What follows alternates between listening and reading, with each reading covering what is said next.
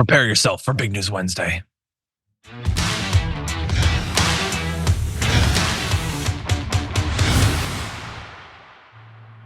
Welcome back after the holidays, everybody. It's Fantastic Wednesday with me and Francesca Fiorentini. Francesca, how's it going? It's good. I'm glad we were able to find time for me. No big deal. But we fit you. You fit me in. And I'm super happy to be here.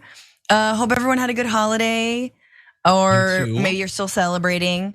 And getting ready. Maybe New Year's is the big one for you. Yep. Kwanzaa started, I think. Also true, multiple holidays. Let's remember. I want to learn more about Kwanzaa. There, I said it. I think we should all be lifelong learners. I agree. I think I'll just get a children's book, and then my baby and I can learn together, and then Look, I honestly think that having a kid is a great opportunity to learn a bunch of stuff that you've sort of just coasted on intellectually throughout your life. 100%, like math. How does a microwave work, and what is math and all that? I agree. Well, let's apply that to the holidays as well. And I like, it might have seemed like I was sort of joking about New Year's being a big one, although some people do really get into New Year's Eve. But I also think I have this particular type of relatively common, I don't know if it's a psychological flaw or an emotional flaw, but I put a lot of stock in New Year's resolutions. Yeah. Like it's got like sort of like a desperation to it of, this is the only way a change is gonna come. And so I'm excited. It's very sad to look back on last year's and be like, nope. I don't even know what mine was. Did we do a top 10 list? We're gonna have to look into that.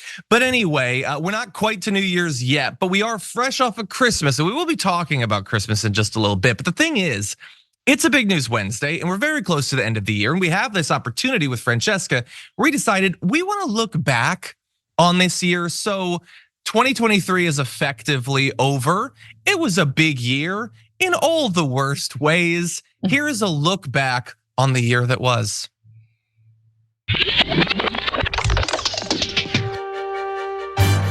The Honorable Kevin McCarthy of the state of California is duly elected Speaker of the House of Representatives. It's not how you start, it's how you finish. The Speaker of the House has been removed. I did everything right and they indicted me. Today, an indictment was unsealed. A Fulton County grand jury returned a true bill of indictment. I don't kick sideways, I'm kicking forward. Ron DeSanctimonious. The corporate press views me as a bigger threat. Lauren Boebert is now apologizing after video showed her vaping inside a Denver theater. The sudden and stunning end to Tucker Carlson's tenure at Fox.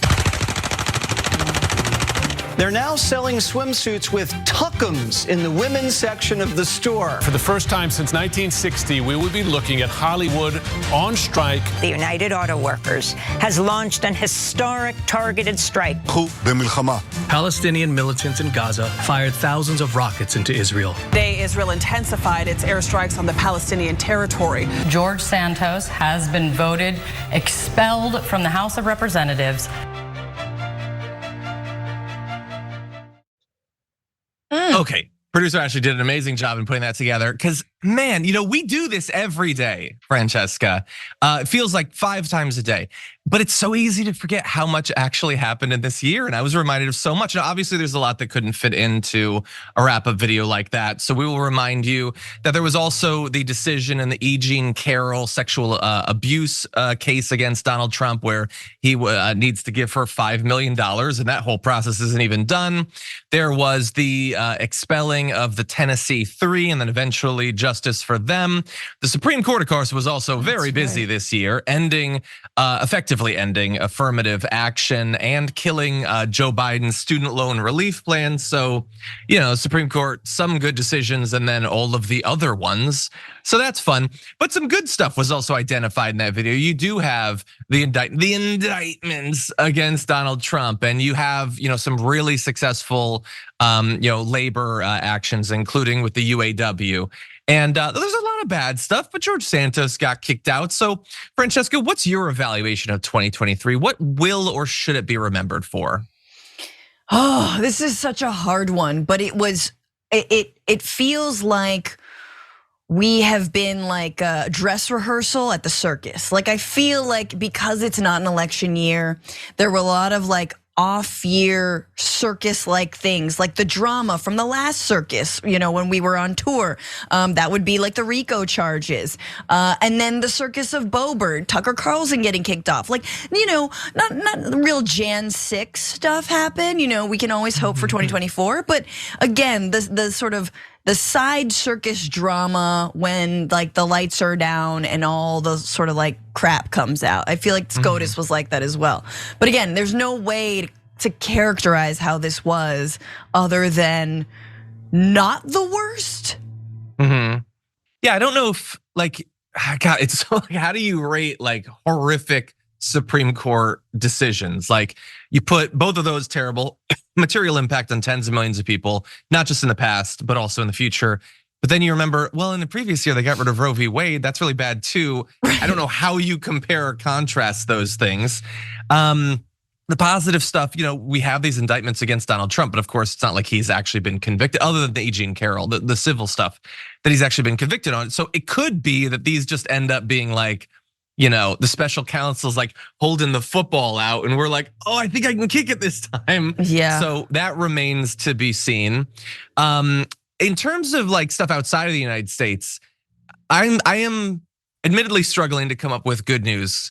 There's the continuation of the devastating war in Ukraine. There was, of course, October 7th and the horrors that have followed that as well. You've had droughts and famines in East Africa, parts of the Middle East. You've had horrific natural disasters in Asia and South and Latin America. So outside of the United States, maybe worse. I don't know, maybe we just don't get the good news here, but if you can come up with anything positive that's happened in other countries, feel free to let me know. I mean, Lula came back into power in Brazil. Oh, yeah, that's true. Good, but then Javier Milei became president just in the neighboring Argentina, which is awful, already awful. But yeah, largely, look, this has been a setup. Again, we're the dress rehearsal, the setup, the charges coming down, the indictments coming down, the plea deals exciting and interesting. But like 2024 and 5, oh boy. Those are gonna be, we need a meditation practice as a Dragon Squad because we're gonna need it. Yeah, or I don't know, like maybe we can focus on things outside of politics that were positive. By the way, someone is saying that I said that Ukraine was this year. No, I said it was a continuation of the horrific war in Ukraine this year. But also there was some good stuff. It doesn't have to do with politics. Tears of the Kingdom came out this year, and Baldur's Gate 3 and Barbie came out this year. There was some good TV, and Gen V was pretty good. There was some good pop culture stuff. Taylor Swift. It's all over the place, and that's really bothering right wingers. So that's like got crossover appeal.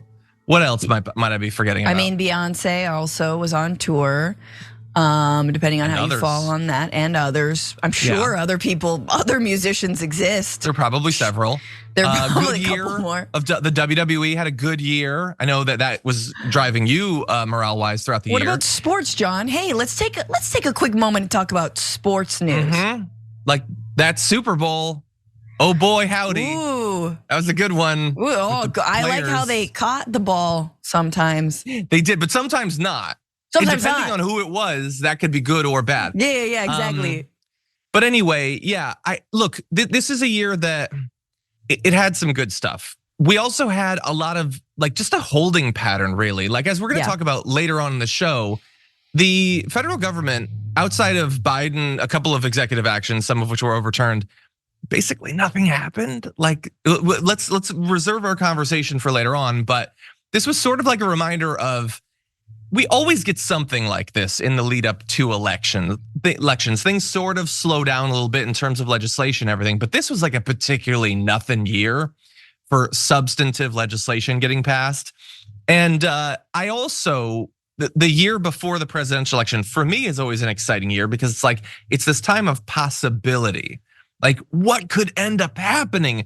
But it was also sort of ruined in that most of the challengers to Trump have been unable or unwilling to do what it takes to break through.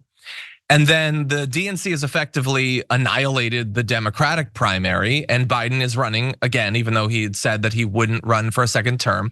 We'll be talking about that side of it later on in the show in the aftermath when candidate Cenk Uygur joins us on the show.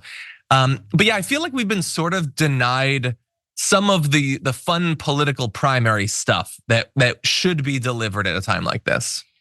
Yeah, I mean, I think the other big news of this year has been exactly that, the complete kowtowing of the Republican Party to Donald Trump, and I would say the implosion of Ron DeSantis, the inability to connect with anyone, including his own family, just including himself, including the inner voice that's just like, what are you doing, Ron? You know, like it. The other thing that this year I think is interesting is the anti-woke thing kind of fizzled, right?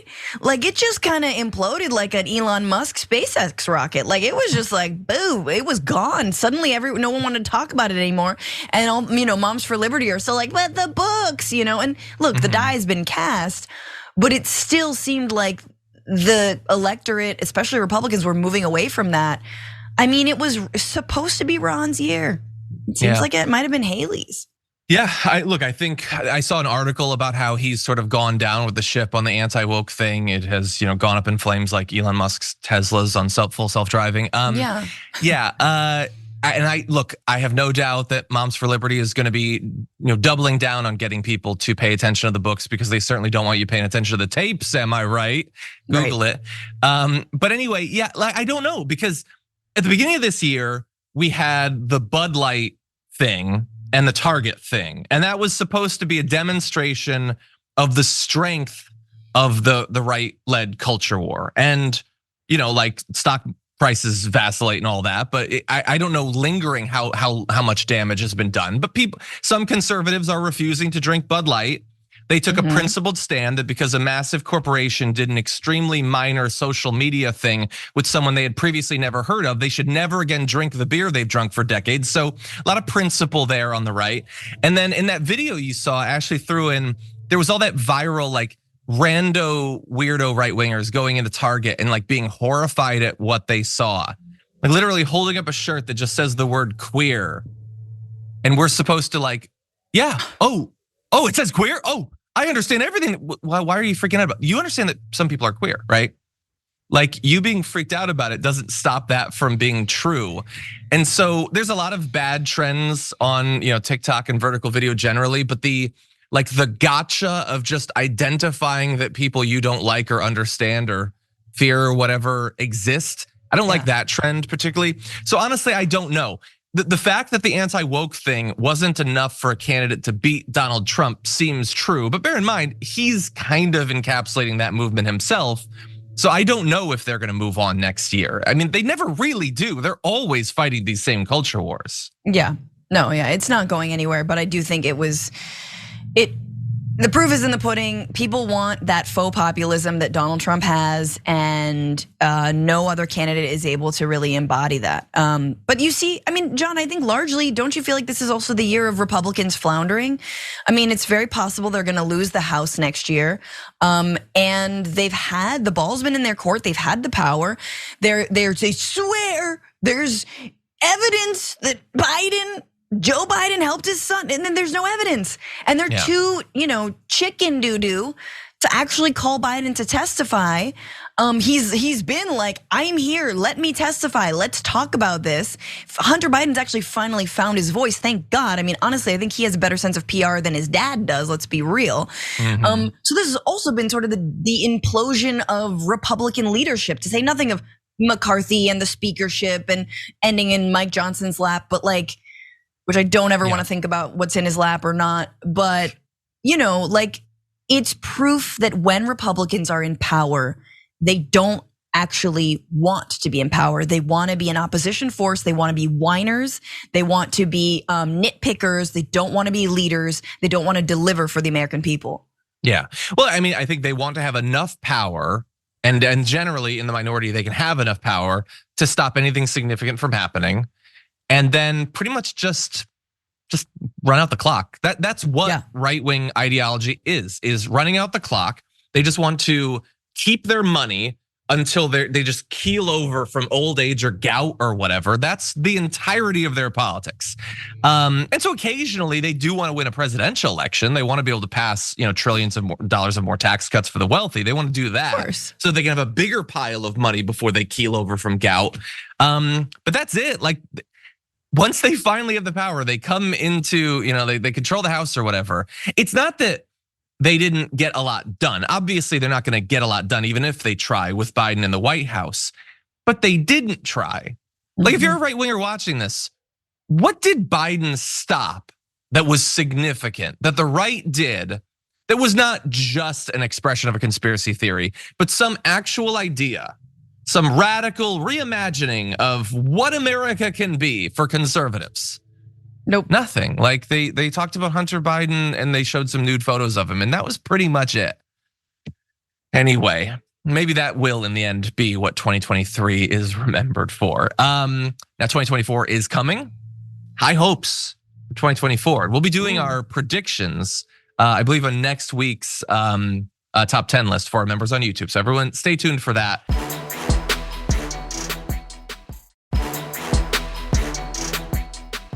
Everybody experiences Christmas in their own way, and that includes Donald Trump. Now, he is a holly jolly man, and he wanted to make sure that everyone recognized the holiday, and so he posted on Truth Social about it.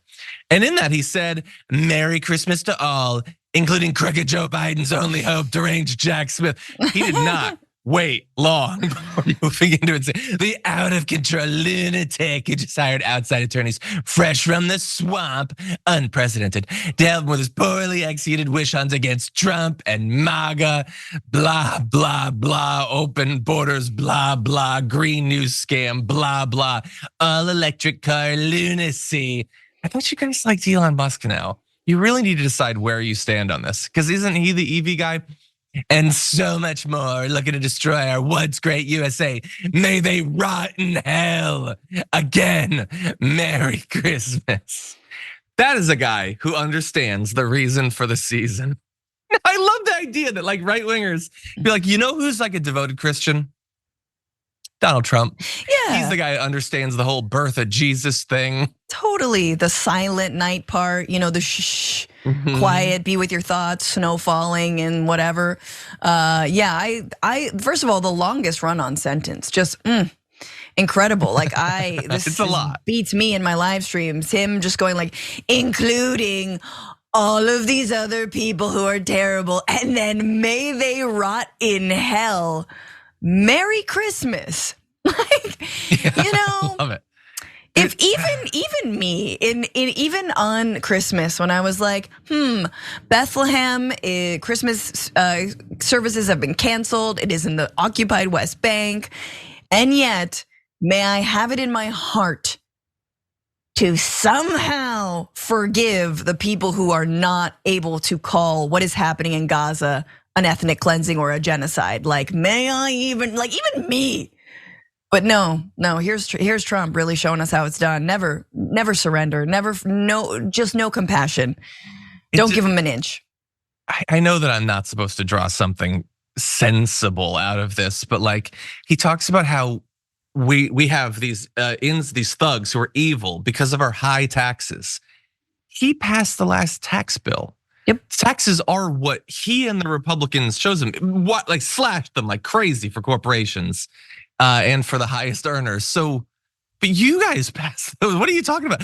And then I love that he just mentions, so we have these sick and evil thugs who, because of their Russia/Ukraine, Israel/Iran, like the Democrats are responsible for both of those wars. I don't even understand what point he's literally just mentioning things that have happened. There was an Afghanistan surrender, I guess, years ago, and he had previously said that he was going to play. Again, none of this makes any sense.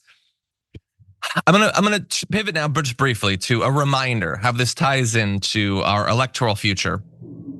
The Daily Mail had done this poll where they asked a whole bunch of people to evaluate Donald Trump and Joe Biden and say, what do you think of when you think of their next term, what they'll do with that term? So Donald Trump screen capped the results of that, a word cloud.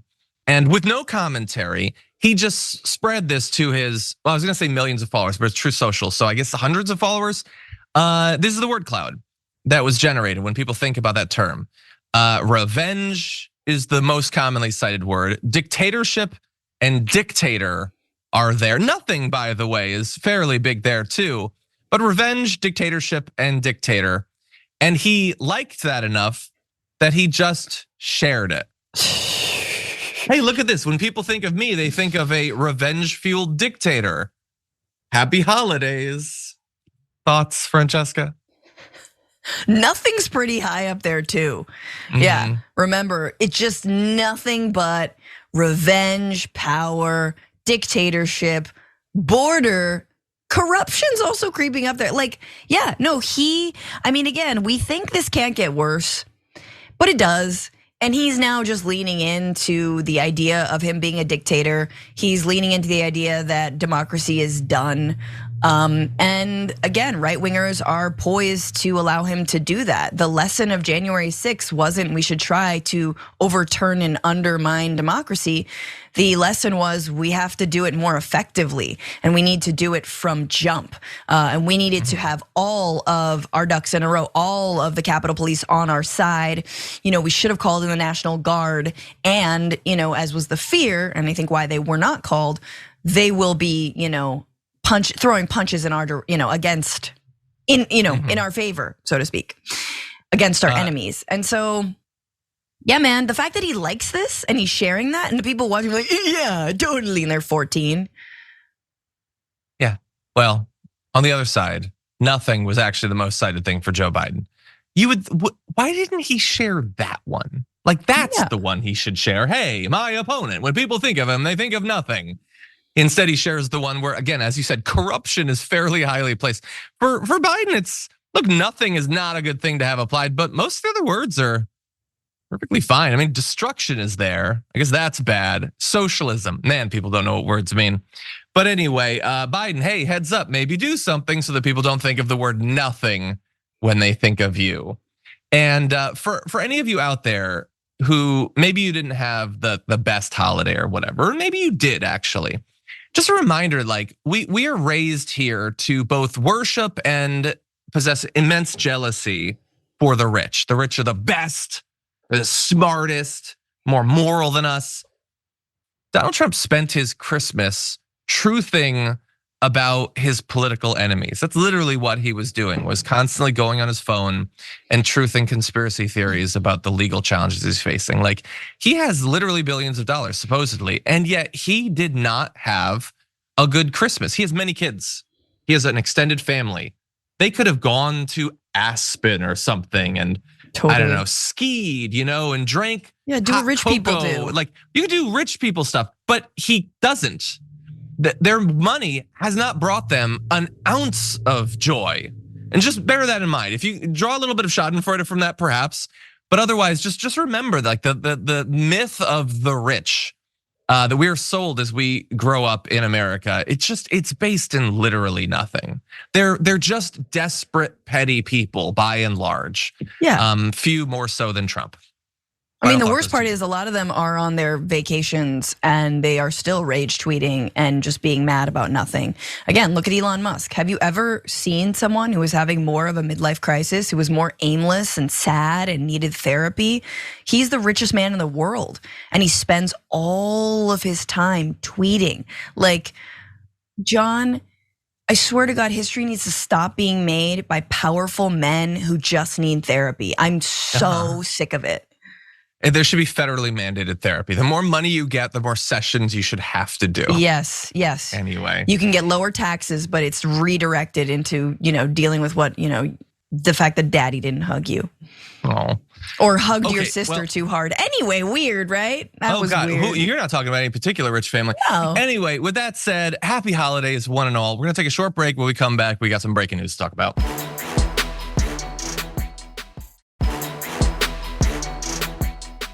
Okay, but if you're just joining us now, please hit the like button because we need to jump into some developing news. Michigan's Supreme Court has just rejected an attempt to keep Donald Trump off of the 2024 Republican primary ballot. That is upholding a lower court ruling. So this had been an appeal to the unsuccessful previous attempt to keep him off the ballot, and the Supreme Court has weighed in saying they are not going to block him from the Michigan ballot. So obviously this moves in the exact opposite direction of the recent Colorado Supreme Court ruling that did bar him from the ballot, or will, pending Supreme Court decisions. Remember, it was paused, but bear in mind, back in November, a Michigan district judge ruled that Mr. Trump was allowed to remain on the state's ballot, arguing that neither the Secretary of State of Michigan or the courts had the authority to determine whether a person was eligible to run for office or to remove candidates. I mean, arguably, that's what the 14th Amendment is about. Maybe they believe that is only the province of the Supreme Court to decide, but the state Supreme Courts are still supposed to be bound by the US Constitution. So it seems like a bad argument, but that's where they went. And the Court of Appeals in Michigan upheld it, and then now the Michigan Supreme Court. So at that point, back when it was at the Court of Appeals, they said the only event about to occur is the presidential primary election. But as explained, whether Trump is disqualified is irrelevant to his placement on that particular ballot. Basically saying, we're not really ruling on whether he should be able to run in the general election. But right. when it's the primary, it's not our place to step in. And it's interesting, that was not a thing that they focused on in Colorado, although arguably, yeah, you could make a major distinction between the primary and the general election. The general election is the election. The primary election is kind of a private organization sort of thing. It's big and it's been raised up culturally to the same level as the general election to some extent. But you could certainly make a distinction between those two when evaluating Section 3 of the 14th Amendment, I think. So that seems fair. The Supreme Court, by the way, in Michigan did not give really any reasoning for this. They just said, we are not persuaded that the questions presented should be reviewed by this court. They didn't sign it. They didn't say what the vote was. It was one paragraph and they're moving on with their lives. So Francesca did not agree with Colorado. What do you make of this? How do you think this affects the path going forward for this area? I mean, I like sort of the angle you're taking in terms of you can understand that I guess the general is the actual election.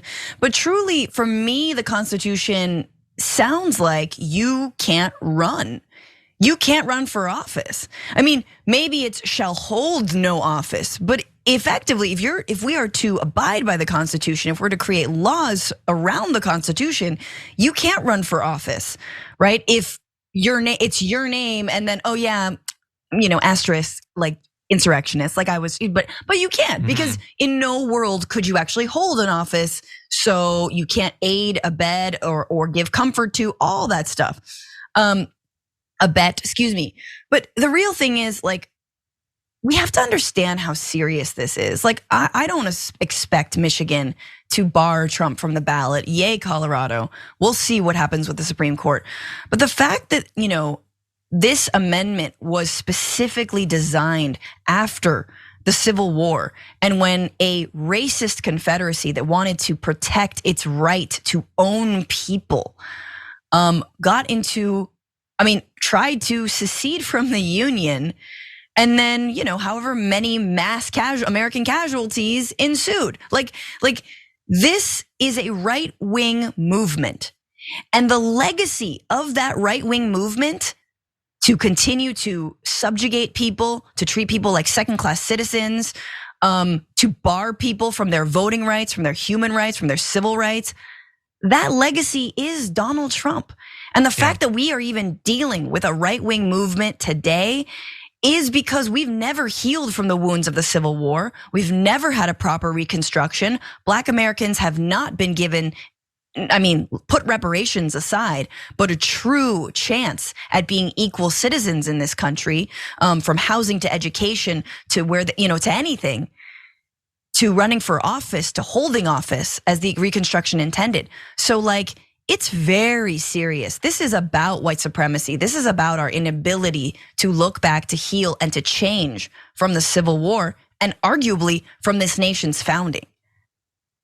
I mean, I agree with basically everything you said. The only thing I would maybe tweak is it might in the end be too kind to say that they want many groups to be treated as second-class citizens. I'm not sure that they want them to maintain citizenship for many people. But other than that, I do agree with you. And you calling back to the sort of the origins of the 14th Amendment, like some of the Republicans like Vivek Ramaswamy said, like this obviously doesn't apply because the 14th Amendment was about the Civil War, which by the way, that's not how the Constitution works. If they wanted it to only apply then, it wouldn't have been a constitutional amendment. Exactly. The Constitutional Amendment, once it's written, is written.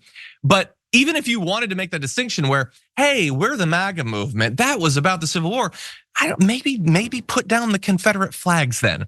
If you don't want to be connected to that, stop venerating and worshiping that failed attempt to ruin America, maybe. Now, Donald Trump is very excited about the fact that Michigan has not followed suit with Colorado in ruling to bar him from the ballot. He said that they have strongly and rightfully denied the desperate Democrat attempt to take the leading candidate off the ballot, blah, blah, blah, pathetic gambit to rig the election, blah, blah, blah, has failed all across the country. Including in states that have historically leaned heavily towards the Democrats. Colorado is the only state to have fallen prey to the scheme. The 4-3 Colorado Supreme Court decision, which they themselves stayed, thus keeping me on the ballot as we go to the US Supreme Court, is being ridiculed and mocked all over the world. Blah, blah, blah, something crooked, Joe Biden, blah, blah, blah. Violently destroying everything inside. 100%. Here's an idea. Like yeah, I know, again, the apocalyptic language. Who's the X-Men that just looks at things and destroys? Cyclops, I think, is where you're going with that. Yeah, I agree. I often think about Cyclops when thinking about judicial decisions. But yeah, here's an idea. Since Colorado ruled and made an argument that you could agree or disagree with, and I think that we've attempted to be very fair and nuanced in our evaluation of it. And I continually play devil's advocate for people who literally want to end American democracy, which I probably shouldn't do. Maybe we'll regret it in the future. And now Michigan hasn't done that. And as you say, many states, including Democrat states, haven't done it. One could take away from that it is not a purely partisan exercise. Different judges are coming to different conclusions about something that is not explicit or clear. Yes. Rather than, when it's Colorado, it's clearly George Soros has done the conspiracy.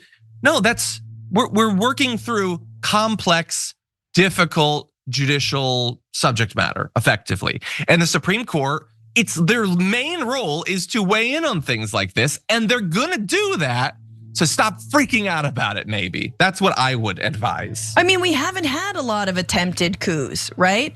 I mean, and again, it's so true. But like, well, it wasn't actually a civil war. And you're like, okay, I'm pretty sure you stormed the Capitol building. Like, and again, this is the thing, shoe on the other foot. If a bunch of leftists, radicals, people of color, like we're the ones doing that, you're damn right that they would be barred from ever running for office again or for the first time. That's just, now we have insurrectionists, again, Jan 6ers who are getting into politics and are allowed to do so because of the way that we soft glove Confederates, racists, and psychos in this nation. We always have. We handhold them and we say, this will make it better if we just appease this monster, give him a little bone to gnaw on, he'll be fine. No, lock him up. Yeah, well, I will also remind everyone, including if there are any conservatives, perhaps Representative Greene watching, I will remind you that Donald Trump, after he lost the Iowa caucus in 2016 to Ted Cruz, tried to have that election, or the caucus, I guess, nullified because he said that Ted Cruz had cheated. So in that case, he was perfectly happy to take someone off the ballot ex post facto, I guess. He also tried to get Barack Obama barred from running because he pretended that Obama wasn't a citizen because of something birth certificate, something Muslim. So again, this guy who is now continually bleeding about how unfair it is to apply the 14th Amendment in a way that I think is at least arguable, has repeatedly throughout his career tried to have people barred from running for office. I know that no conservative will acknowledge that because again, they don't operate on a system of principles. It's all what benefits me and my side, and then I'm perfectly willing to totally reverse it as soon as it hits someone I hate. So, don't expect any consistency out of this. And by the way, Free Speech for People, who in this particular case with Michigan is the organization that was pushing for him to be denied, said that they're disappointed by this. They're also stressing that this decision isn't binding on any court outside Michigan, which is obvious. And we will continue our current and planned legal actions in other states to enforce Section 3. Obviously, all of this is leading up to the Supreme Court deciding. So, just hold on to your butts for that, I guess.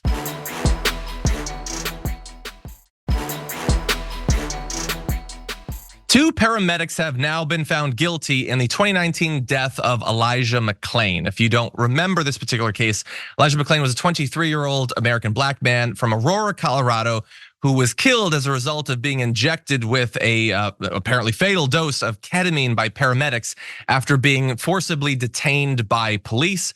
He went into cardiac arrest, and 6 days later, he died in a hospital. When he had been detained by the police, he was simply walking home from a convenience store, which in America is frequently fatal because of the terrible state of America and our law enforcement. So this is the big update. It's taken years, but the paramedics have been found guilty. There's Jeremy Cooper, Peter Sicheniak, I believe, found guilty of criminally negligent homicide. Jurors found Sicheniak guilty of 1 second-degree assault for unlawful administration of drug and not guilty of an additional second-degree assault charge. Cooper was found not guilty of 2 second-degree assault charges.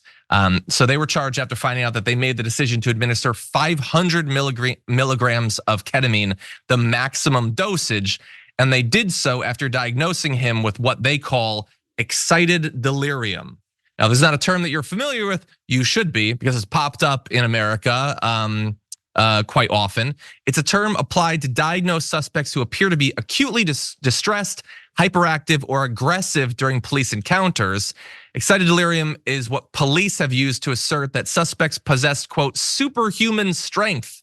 And it's been criticized by advocates as racially motivated, unscientific, and a way to get officers off the hook for a death on their watch. Colorado, by the way, has banned cops from using that medical diagnosis starting next year. Good. Unfortunately, too late to save the life of Elijah McClain or others who have been brutalized or killed as a result of this unscientific knee-jerk diagnosis of effectively saying this person is no longer a human.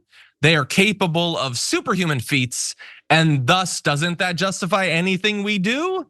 That is effectively how it's been used. And by the way, as has already been hinted at there, in a racially discriminatory fashion. So there's no national database tracking cases of excited delirium, but in one study, data showed that between 2010 and 2020, there were 166 reported instances where a person died in police custody and excited delirium was described as a possible cause of death.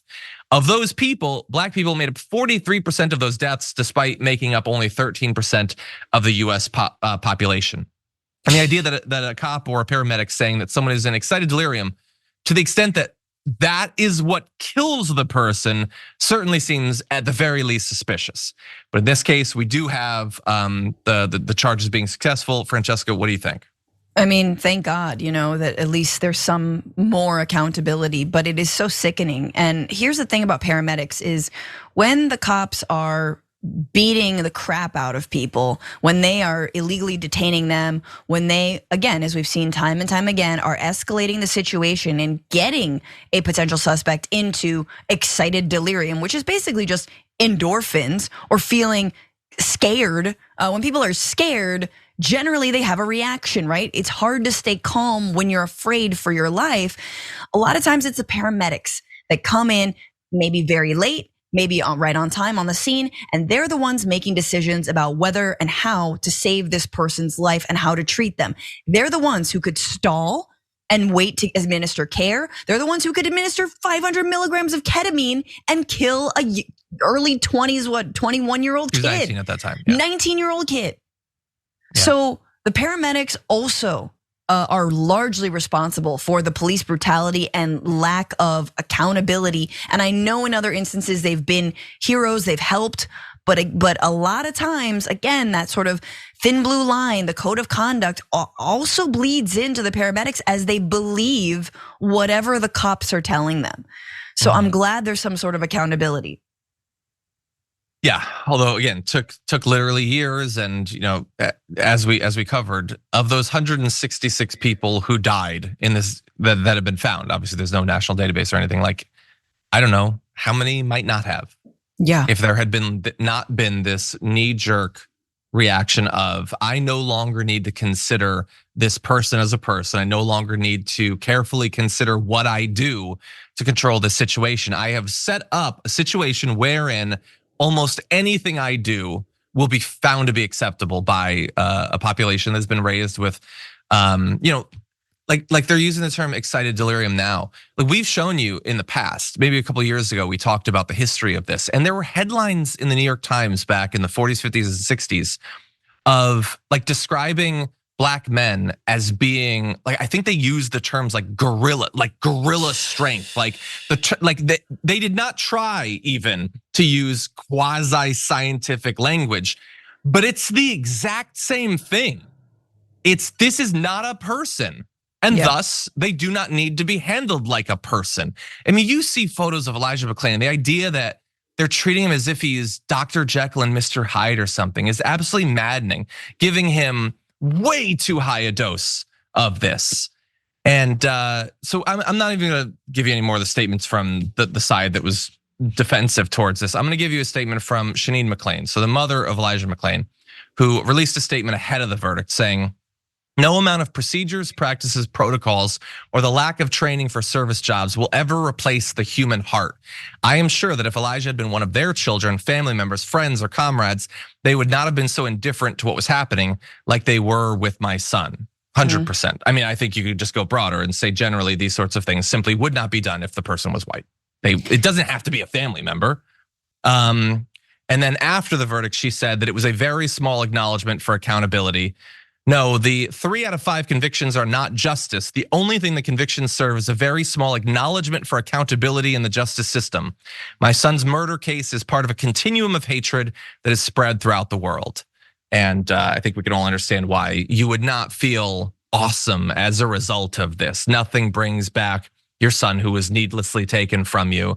And so Colorado is not gonna allow for, excited delirium as a diagnosis now. Do we not think that they're gonna find something that the cops aren't gonna push back against this? It is very nice to have a get out of accountability free card. Well, there's so much more to say. Let's go to you. No. I mean, just also my thoughts are like, we've seen this Elijah McClain. I believe he also was like a very quiet person. I don't know if he was neurodivergent. I don't know if he was having like some kind of episode, but we also see just how crass police are when they deal with people. And of course, obviously disproportionately, Black people in this country, but just we've seen other videos, right? Of, people having mental episodes being like, I'm sorry, I'm just scared. I'm sorry. Elijah was very, very cordial to the same people that were, brutalizing him. I'm sorry, I just can't breathe. I'm trying to comply. This kind of stuff that is so gut-wrenching. It is truly the policing system that needs to change, not our behavior. And so I'm glad that Colorado's not gonna have this. California, for example, is gonna do away with the line, do you know why I stopped you, when it comes to traffic stops, which, as it's been told, apparently stats are in, that's an incredibly aggressive line and tends to escalate the entire interaction. You're like, yeah, it's the most passive aggressive line. Do you know why I stopped you? No, stupid, just tell me what's going on so I'm not in the dark and we don't get into an argument. Don't be a weird teacher about it. Just say you were going 70, I'm stopping you. So that kind of stuff, there's so many ways they could de-escalate, but they don't. Yeah, and the final thing that I want to say about this is I want to, I guess, double down on what Shanine McClain said about none of this, these minor regulation changes or stopping, a term from being used can replace the human heart. I feel like we talked about this literally last week. Like, no one is a human anymore. No one, like we as outsiders, and I understand they're living it every day. So I don't know what it would take. Like, does there need to be mandated evaluations or something? Does there need to be mandated like a week off to just step out of the desensitizing that you experience clearly through your job, the normalization of barbaric behavior and lack of empathy, to just try to get you to once again see people as people? And this is not exclusive to cops, obviously. I think that clearly some paramedics obviously feel that way. I think a lot of politicians could use a little bit of just a reminder that you are supposed to be a part of a society.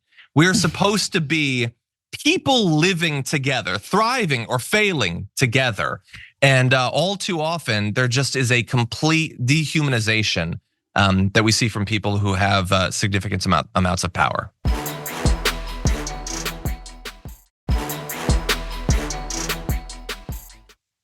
So a little bit of justice obviously does not solve the problem, and we will wait to see what term cops come up with to replace excited delirium in the future. And remember, by the way, in a lot of states, they're still gonna use it. Okay, with that said, we're gonna end our first hour with a little bit more looking back on the year. Whenever we're ready, we can jump right into this.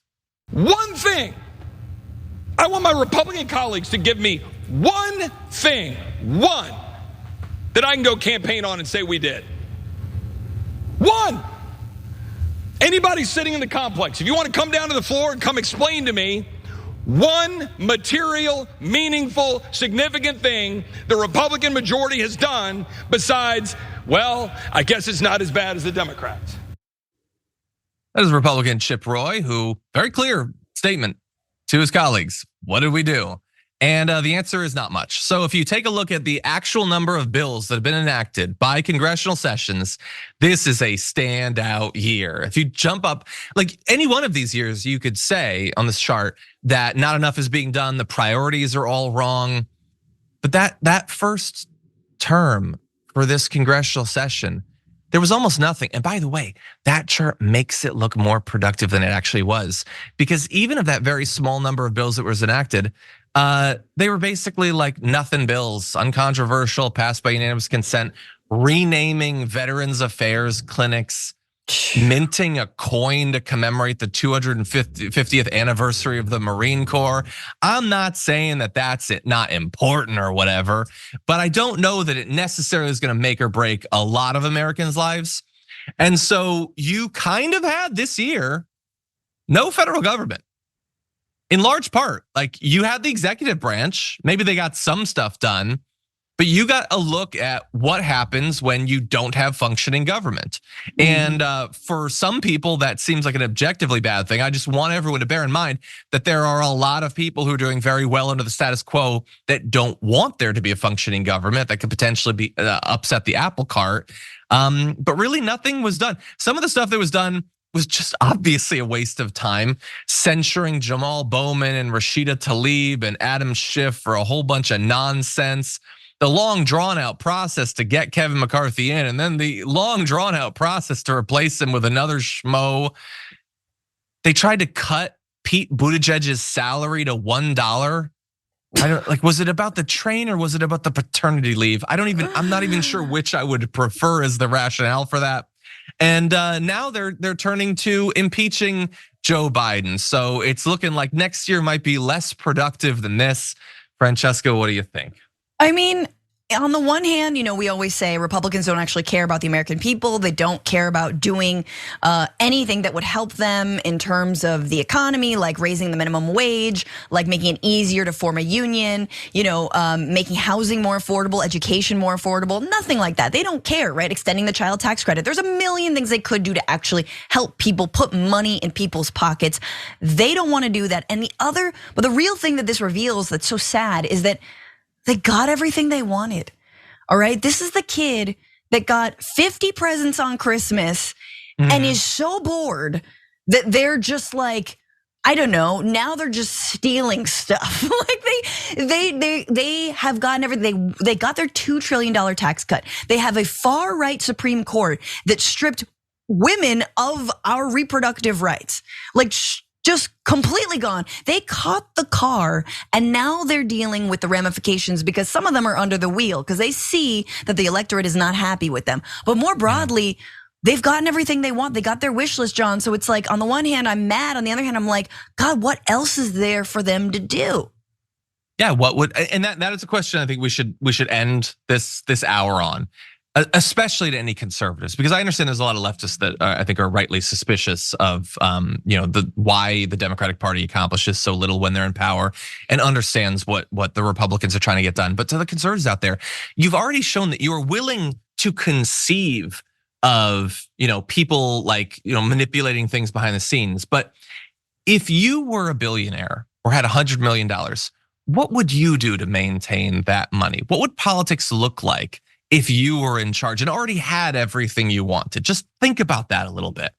And that's unfortunately all the time we have for the first hour of the show and all the time we have with Francesca Fiorentini. Everyone definitely check out Francesca's special, which is going to be coming up later on tonight. ABC's it's her special. It's my also special. Brett's special. They have joint custody of the special. Yes, we do. ABC's The Year, 9/8 Central. So definitely check that out. And Francesca, thank you as always for being here. Thank you so much. Happy New Year, everybody. I'll see Happy you, New Year to you too. next Tuesday. Thank you. And everyone else, stick around because presidential candidate Cenk Uygur is going to be joining me on the other side of this.